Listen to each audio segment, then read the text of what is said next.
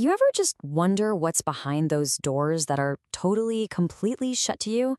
We're about to take a look at some of the world's most forbidden places. We're talking everything from secret government bunkers to sacred sites that have been sealed off for hundreds, even thousands of years. Okay, let's get into it. And I don't just mean a fence with a no trespassing sign. No. We're talking about entire zones, totally sealed off from the rest of us, for reasons like national security or scientific preservation or, ancient traditions. So the big question is, what secrets are they hiding? All right, get ready for a little tour of places you will almost certainly never, ever visit. We're going to go inside underground cities built to survive a nuclear war. We'll visit pristine natural labs where life is just starting from scratch. And we'll see holy sites where ancient laws are still the absolute unbreakable rule of the land. So first up, let's talk about the fortresses of secrecy that we built. These are the places designed by human hands specifically to hide our most sensitive military, political, and intelligence secrets from pretty much everyone else. Okay, try to imagine a city, but built to survive the end of the world. Sounds like a movie, right? Well, during the Cold War, the US government went and did exactly that. They built a command center that could take a direct nuclear hit. And they didn't just build it on the ground. No, they burrowed it deep, deep inside a mountain.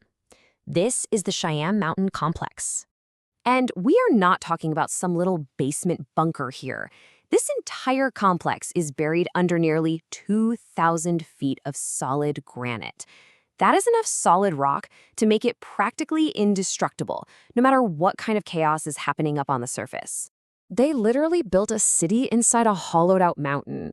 There are 15 different buildings in there, each 3 stories tall. But here's the crazy part. They aren't even touching the rock. The whole city rests on over 1,000 giant springs, each one designed to absorb the shock of a nuclear blast. You add in 25-ton blast doors and its own power and water, and yeah, this place was designed to be the last one standing. Okay, now let's hop across the pond to the UK. Imagine you're driving through this quiet, beautiful English countryside, and then you see these massive, kind of weird, mysterious white spheres just sitting there on the horizon. This place is called RAF Menwith Hill, and what's hidden inside those domes makes it one of the largest electronic spy hubs on the planet.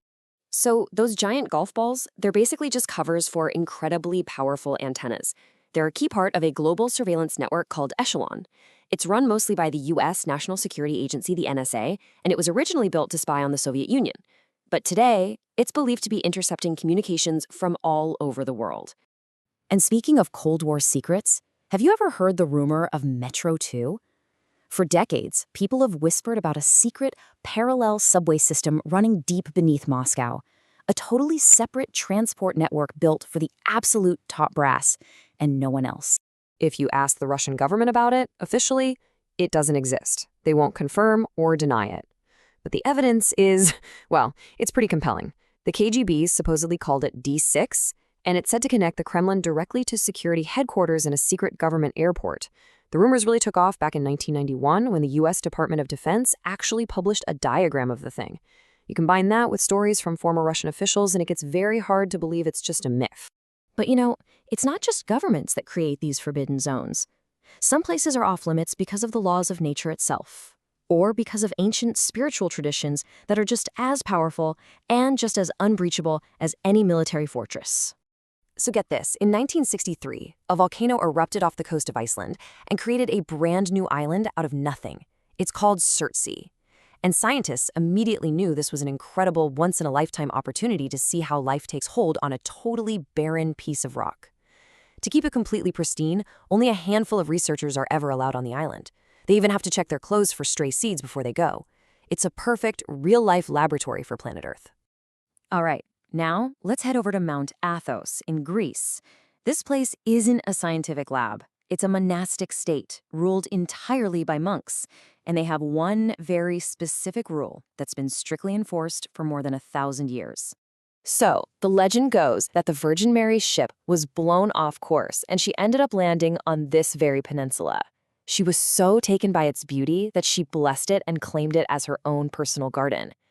Because of that, the monks who live there believe that since this land belongs to her, no other woman should ever be allowed to set foot on it. And even if you're a man, getting into Mount Athos is incredibly difficult. You can't just show up.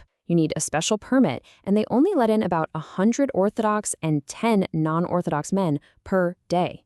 It's a completely self-governing community, and they are fiercely protective of their ancient way of life. And for women, the number is absolute zero. This isn't just a house rule, it's actually Greek law. The ban is so strict that it even applies to most female animals. What's the only real exception? Cats. Apparently, they're needed to hunt mice, so they get a pass. For our last stop, we're going to Japan's Ise Grand Shrine, one of the most sacred places in the Shinto religion. But what makes this place so exclusive isn't just a wall or a guard.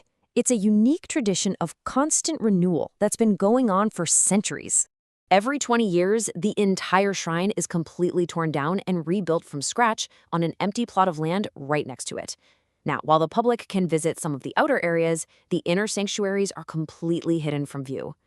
The most sacred part is the central pillar of the shrine. It gets moved to the new building, but it's immediately covered. It is never, ever meant to be seen by human eyes. This ritual has been happening for over 1,000 years, preserving ancient building techniques and embodying this deep sense of spiritual renewal. So, from these high-tech doomsday bunkers to ancient holy sites, we've seen some pretty incredible forbidden places. But what does all of this secrecy, what does it really tell us about ourselves? Well, when you boil it all down, it really seems to come back to three things: security, science, and sanctity. We lock places away to protect our countries, or to preserve these unique chances to learn something new about our world, or to honor our deepest spiritual beliefs. Each of these forbidden places guards something that a group of people somewhere considers absolutely priceless. In an age where satellites can see pretty much everything, and any piece of information feels like it's just a click away, it's kind of amazing to think that we still create and maintain these forbidden zones. It just goes to show that even with all our technology, we still believe some things are too powerful, or too fragile, or maybe too sacred for everyone to see. So, what do you think?